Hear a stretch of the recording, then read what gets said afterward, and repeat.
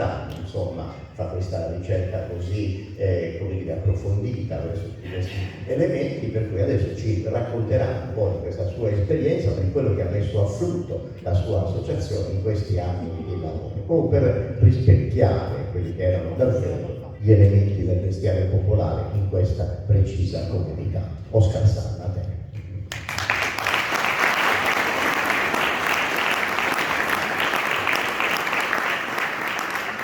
Allora, buonasera a tutti, grazie per essere venuti qui. Io vi porgo i saluti a nome di tutta la nostra associazione che rappresento. L'evento di oggi è un evento che ritorna dopo qualche anno, che si è interrotto purtroppo per via del Covid. È un incontro che nasce per andare a trovare dei sottili fili rossi che uniscono comunità distanti ma che hanno elementi comuni, appunto. In questo caso abbiamo scelto il velo, il copricapo.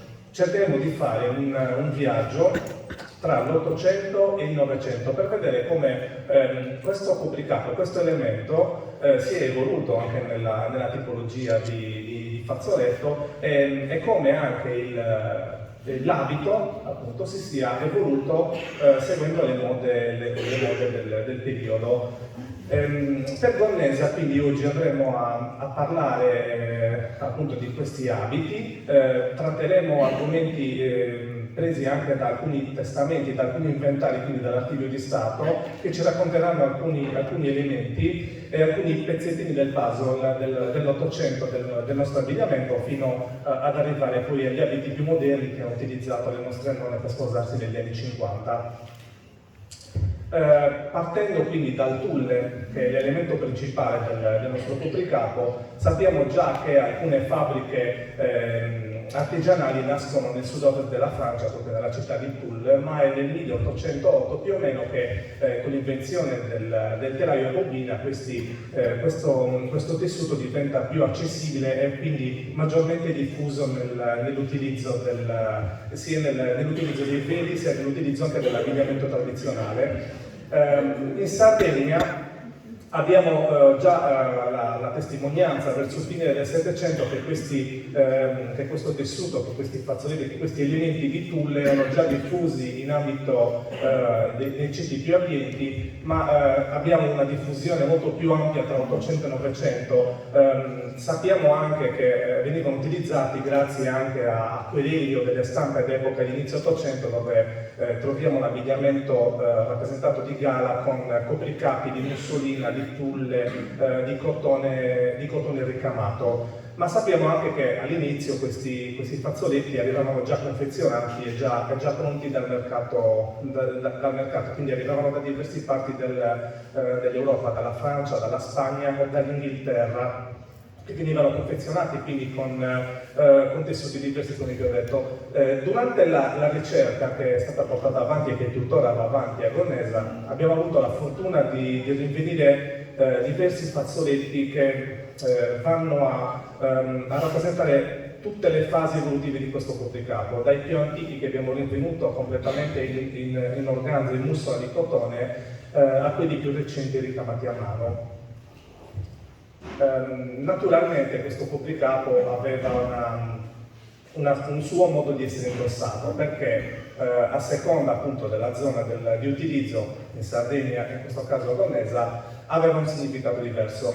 Oggi per Gonnesa io vi mostrerò essenzialmente due modi di portare questo copricapo che potrebbe essere indossato quindi sia da donne sposate che da signorine. Dovete quindi pensare che aveva tutto un modo di essere preparato, quindi aveva una sua inamidatura a caldo, una sua stiratura particolare e poi il suo modo di essere indossato, quindi ripiegato a triangolo e indossato sopra la cuffia. Poi dopo vi mostrerò meglio. Quindi siamo andati a analizzare delle fonti d'archivio. La principale fonte da dove abbiamo attinto le informazioni ottocentesche è l'Archivio di Stato, che è come se fosse un parco giochi, perché all'interno dei documenti davvero viene raccontato un mondo che ci sembra così lontano, ma stiamo parlando essenzialmente di 200 anni fa. Infatti, grazie all'Archivio di Stato, ai testamenti e ai lasciti o agli inventari di beni, abbiamo avuto informazioni dell'utilizzo anche in questo caso appunto del tulle, ma anche da documenti di collezioni private, come ad esempio quella di Ignazio Sanna, che è qua presente, che conserva appunto la collezione di documenti che faceva parte della famiglia Rossi, del barone, che ci raccontano ad esempio il commercio dei tessuti o dei fazzoletti che arrivavano in Sardegna, perché grazie a questi documenti sappiamo che i commercianti di Iglesias ordinavano già i tessuti pronti, i tessuti o i fazzoletti o i veli pronti, e le donne di Iglesias, vedi di Gonesa, si recavano ad Iglesias per comprare queste cose prima che aprissero appunto i negozi a Gonesa, uno degli ultimi che è stato chiuso, dove vendevano tessuti e dove vendevano i veli già pronti, si trovava proprio davanti alla chiesa, attualmente la casa che stanno restaurando da poco. Iniziamo quindi dal 1802. Questo testamento, il curatore testamentario della famiglia Purgato del 1802 scrive appunto una serie di elementi dell'abbigliamento tradizionale di Gonesa, tra cui gonne di saiale azzurre, quindi una sorta di gonna di panno di lana azzurra, un gippone da mezza grana, una serie di gioielli, quindi anche abbinati a questo corredo, e poi tra i vari elementi che saltano fuori da questo elenco compare questo fazzoletto di mussolina. Quindi siamo nel 1802, molto probabilmente quindi un fazzoletto ricamato a macchina, quindi qualcosa che arrivavano già pronti, confezionati, e poi paragonando a tutto il corredo di gioielli e tutta la roba costosa che compare nel testamento, molto probabilmente il potere d'acquisto di questa famiglia Purgato era molto elevato da potersi permettere appunto l'utilizzo di questi fazzoletti. Qui in foto abbiamo due esemplari di fazzoletti di mussola che sono stati rinvenuti durante le ricerche, che fanno parte appunto della famiglia Fois. Adesso facciamo un salto di quasi 50 anni e andiamo nel 1858.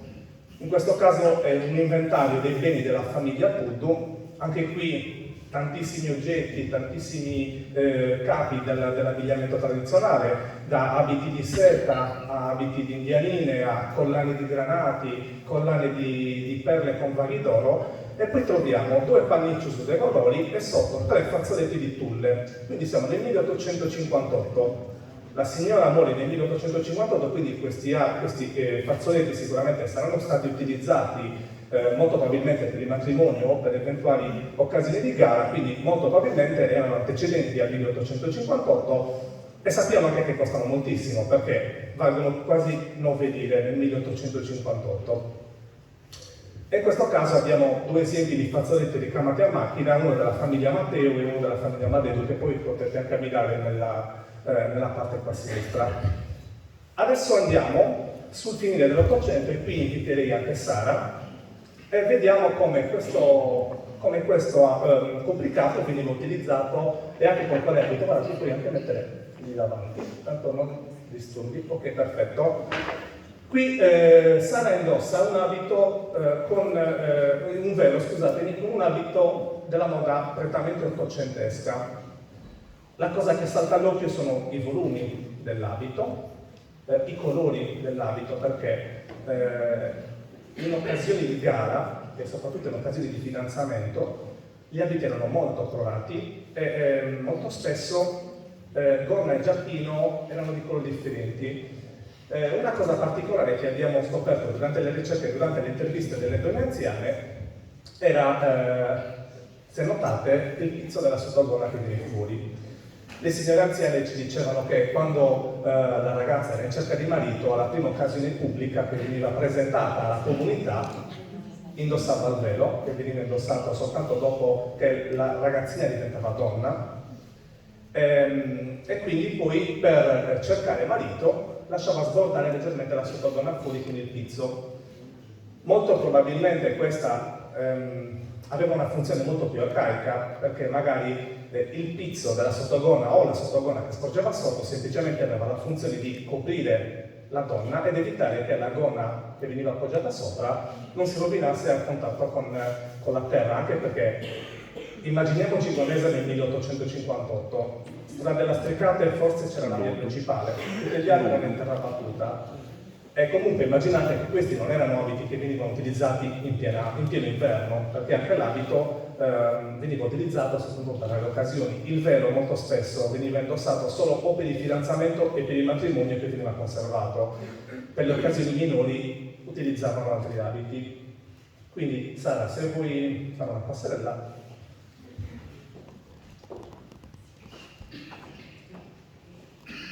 L'abito che indossa Sara è completamente originale, dalle scarpe che erano di sua nonna alla cuffietta o ai gioielli che sono stati messi a disposizione dalla famiglia Sanna, che ce li prestano molto volentieri per far conoscere appunto questi gioielli interessanti. E se notate, il volume della gonna è molto grande, è molto ampio, perché nell'Ottocento le signorine di Gonnesa e non solo, dell'Iglesiente, usavano indossare sovrapposta l'una sull'altra 7 gonne. E se in questo caso la ragazza era ancora magra e minuta, il gusto dell'epoca voleva che le donne avessero la vita stretta, quindi immaginate con dei bustini sotto i gipponi che stringevano e con un salsicciotto di tessuto ai fianchi per ampliare ancora di più i volumi dei fianchi. Quindi in questo caso questo è come veniva indossato il tulle a Gonnesa tra dalla seconda metà dell'Ottocento fino più o meno alla fine dell'Ottocento. Grazie Sara.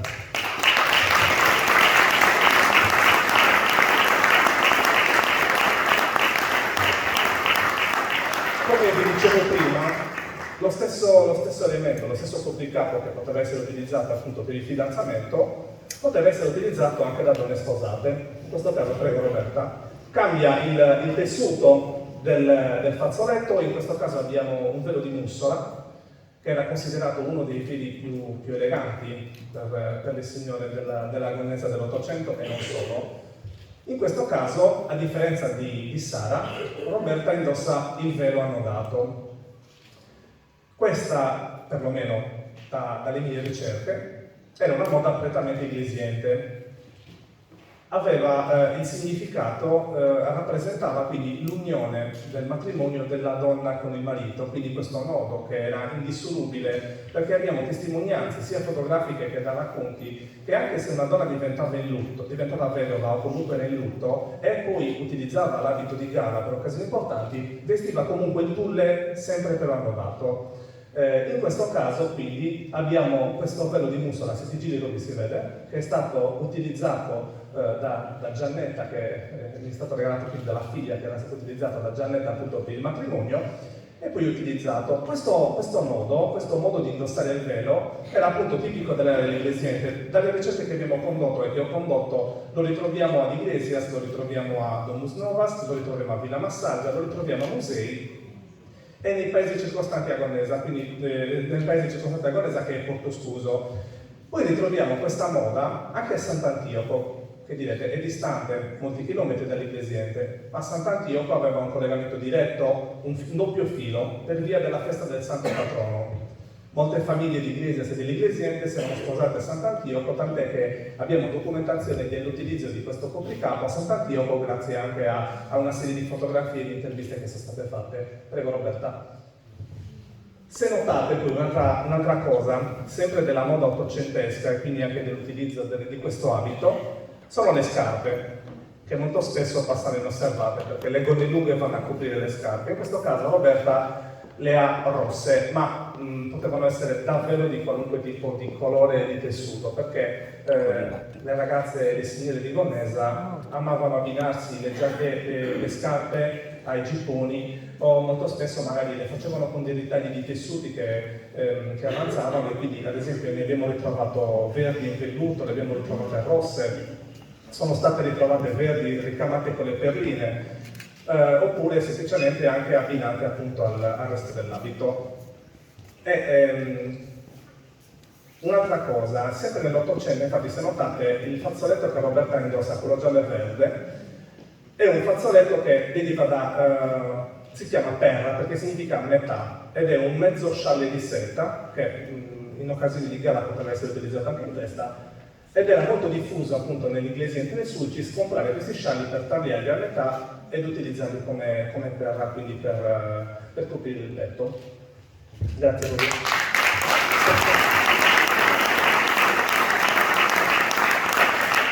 Come vi dicevo, quindi sappiamo con certezza che venivano utilizzati dei veli ricamati a macchina. C'è stato quindi poi il passaggio anche di questi veli ricamati a mano. In questo caso qua dietro abbiamo una bellissima foto della famiglia Loli dove ci sono tutte le signore che stanno ricamando il tulle. Questo perché si era interrotto quindi il commercio di questi fazzoletti che arrivavano già pronti, o semplicemente perché magari le nuove generazioni avevano gusti differenti da quelle delle loro madri o delle loro nonne, quindi preferivano disegni diversi o fantasie diverse rispetto a quelle più antiche. Quindi a Gonnese non solo, molte signore si rifacevano ad altre ricamatrici di veli. Le suore ad esempio erano rinomate anche per il ricamo sia su scialle e quindi di seta e sia anche sul tulle. Adesso ci spostiamo agli inizi del Novecento, tra il Novecento e il 950, perché più o meno l'abito a Gonnesa si è interrotto verso la fine degli anni 50, quando alla fine le signore hanno smesso di indossare l'abito come lo intendiamo noi e hanno continuato ad indossare con le blusette, quindi hanno dismesso i gipponi e hanno modificato l'abito, ma l'hanno modificato perché lo vestivano quotidianamente e quindi lo hanno evoluto secondo i loro gusti. Io adesso vi inviterei alla Franca, e in questo caso questa è l'ultima variante dell'abbigliamento nuziale che si è portata a Gonnesa per le nozze, per il giusto appunto. In questo caso salta all'occhio la scarpa bianca e la borsetta, perché comunque ricordiamoci che per loro questo era il loro abbigliamento, quindi seguivano la moda anche nell'abbigliamento tradizionale, quindi inserendo elementi, magari elementi non comuni, perché comunque adesso quando pensiamo all'abbigliamento tradizionale non andiamo mai a pensare a una borsetta, ma loro vestivano così quotidianamente, quindi anche per il loro matrimonio indossavano la borsetta e le scarpe bianche, secondo appunto imitando anche la moda borghese. E anche qua la conciatura cambia. Se prima utilizzavano le trecce riportate sul capo a coroncina, già negli anni 30-40 seguivano la moda delle signore vestite alla continentale, e quindi qui presenta, in questo caso alla Franca c'è una conciatura una cuffia che lascia intravedere la conciatura. Un abito molto più corto, molto più stretto nei volumi rispetto all'abito ottocentesco, e un coro di tinta unita. Questo ad esempio è un abito che apparteneva alla madre di signorina Franca Lolo, che ci ha regalato poco prima che morisse, quindi l'abbiamo voluto far indossare anche in memoria sua. Prego. Tra gli anni 20 e gli anni 30 diventa di grande moda e di grande lusso la perna bianca. Quasi tutte le signore che si sono sposate in quegli anni hanno utilizzato questo fazzoletto che prima avete visto colorato, l'hanno utilizzato bianco perché diventa va quasi a, quasi a cristallizzarsi come moda definitiva l'utilizzo di questo elemento bianco con delle frangette meccaniche, magari con dei semplici ricami, e i grembiuli in questo caso lo stesso si accorciano, diventano molto più corti. Se prima sfioravano quasi l'orlo della gonna, in questo caso diventano molto più corti e vanno quasi a diventare sotto il ginocchio. Quindi un risparmio di stoffa in tutti i sensi. Stiamo uscendo dalla prima guerra mondiale, siamo agli inizi oppure nel bel mezzo della seconda guerra mondiale, quindi la disponibilità economica era sempre meno, e quindi anche per la realizzazione dei tessuti, dei vestiti, si vanno ad utilizzare tessuti magari meno pregiati come possiamo vedere nell'Ottocento, e anche la presenza dei gioielli va a diminuire. Grazie Franca. Quindi, io concludo con queste due slide dove ci sono alcuni ritrovamenti di veli, ma voi, come vi dicevo prima, potete anche vederli qua. Spero che questo viaggio in questi 2 secoli vi sia piaciuto. Se volete avvicinarvi così vi vedono tutte e 3 vicine, così vediamo anche paragonati gli abiti dell'Ottocento e del Novecento. E soprattutto una cosa, Cristiano mi ha portato questo velo che ci teneva tanto che io vi mostrassi, proprio per farvi vedere la differenza tra i veli di tulle, che sono questi, o i veli di mussola, e quelli che purtroppo sono andati di moda nei gruppi folk fino a, purtroppo qualcuno lo usa ancora, che sono dei semplici pezzi di pizzo con, in gergo si chiamano tende da bagno. Io sto, assieme al gruppo, sto portando avanti una battaglia personale per far sì che purtroppo questi veli non vengano più visti in giro durante le occasioni folcloristiche. Speriamo che la gente prenda sempre più coscienza e che se si vuole vestire con un abito di gala segua tutti i crismi e magari il velo se lo faccia ricamare a mano. Grazie.